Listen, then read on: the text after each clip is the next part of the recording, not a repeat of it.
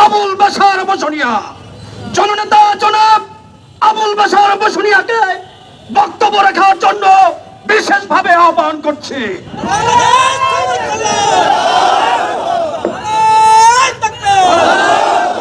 আলহামদুলিল্লাহি রাব্বিল আলামিন, আসসালাতু ওয়াসসালামু আলা সাইয়্যিদিল মুরসালিন ওয়া আলা আলিহি ওয়া আসহাবিহি আজমাইন। বাংলাদেশ শ্রমিক কল্যাণ ফেডারেশন পঞ্চগড় জেলা শাখার উদ্যোগে জুলাই বিপ্লবের আজ দ্বিতীয় বার্ষিকী পালন উপলক্ষে আজকের এই মিছিল পরবর্তী আলোচনা সভায় আজকে আমরা মুক্তভাবে কথা বলতে পারছি। বিগত 12ই ফেব্রুয়ারি এদেশে একটা নির্বাচন হয়েছে, সেই নির্বাচনে বিএনপি সরকারে এসেছে, জামাত ইসলামী বিরোধী দলে আছে। বর্তমানে বাংলাদেশ একটা অবস্থানে আছে, হয়তো কিছুদিন পরে ভালোর দিকে যাবে, আর তা না হলে খারাপের দিকেই যাবে।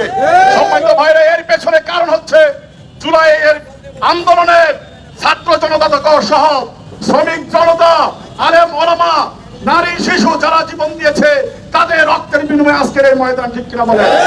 সম্মানিত সাথী ও বন্ধুগণ, জুলাই বিপ্লবে শ্রমিকের নেতৃবৃন্দ জীবন দিয়েছে বাংলাদেশকে দ্বিতীয়বার স্বাধীন করার জন্য।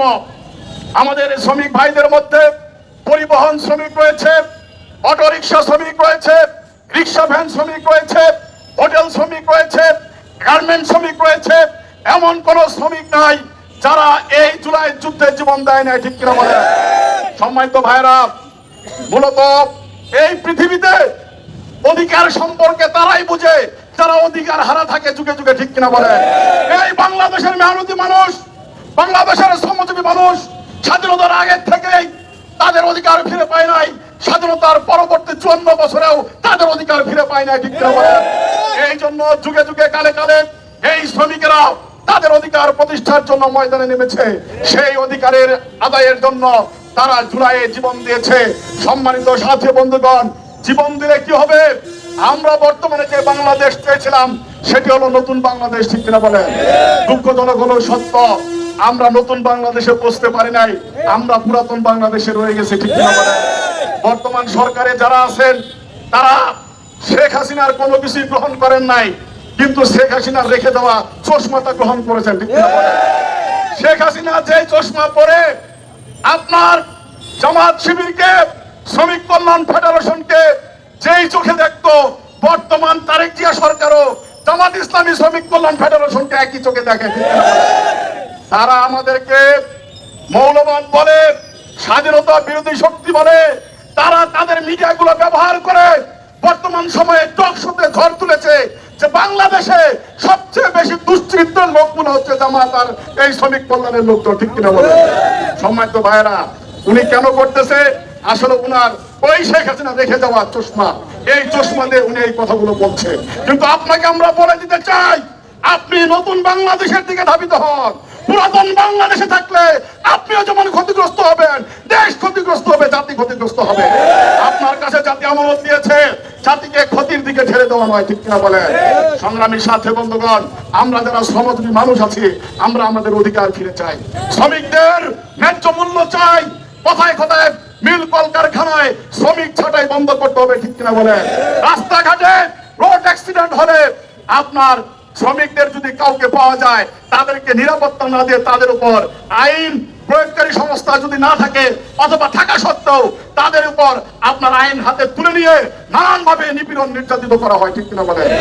পরিশেষে আমি আপনাদেরকে আহ্বান জানাই, সংগ্রামী সাথী বন্ধুগণ, আপনাদের কাছে যে ফেস্টুন গুলো ছিল, লেখা আছে কি জুলাই সনদ বাস্তবায়ন করতে হবে, ঠিক কিনা বলে? খোদার কসম করে বলি, এই 72-এর সংবিধান যদি বাতিল করা না হয়, জুলাই সনদ যদি বাস্তবায়ন করতে না করা যায়, তাহলে কিন্তু কারো রক্ষা নাই, ঠিক কিনা বলে? আপনারা যেমন লন্ডনে ছিলেন 17 বছর, আবার নতুন কোন দেশ খুঁজেন, ওই দেশে আপনাদেরকে থাকতে হবে, ঠিক কিনা? কারণ ভারতীয় ষড়যন্ত্র, ভারতীয় আগ্রাসন রুখার মতো শক্তি আপনাদের নাই, আপনাদের একদলের নাই। সুতরাং সকল দল ঐক্যবদ্ধ হয়ে এই জুলাই সনদ এবং ভোটের দাবি বাস্তবায়ন করতে হবে, ঠিক কিনা বলে? বাস্তবায়ন করা যায় তাহলে কেবল নতুন বাংলাদেশ হবে, জনগণের অধিকার প্রতিষ্ঠিত হবে, ছাত্র জনতার অধিকার প্রতিষ্ঠিত হবে, অধিকার প্রতিষ্ঠিত হবে যেই সমস্ত শহীদেরা যেই উদ্দেশ্যে জীবন দিয়েছে, ঠিক কিনা বলে? আমরা আশা করি শহীদদের দিকে শ্রদ্ধা রেখে, সম্মান রেখে বর্তমান সরকার জুলাই সনদ বাস্তবায়ন করবে। পাশাপাশি বাংলাদেশের সকল স্তরে শ্রমিক নির্যাতন বন্ধ করবে, সকল স্তরে শ্রমিকদের অধিকার বাস্তবায়ন করবে।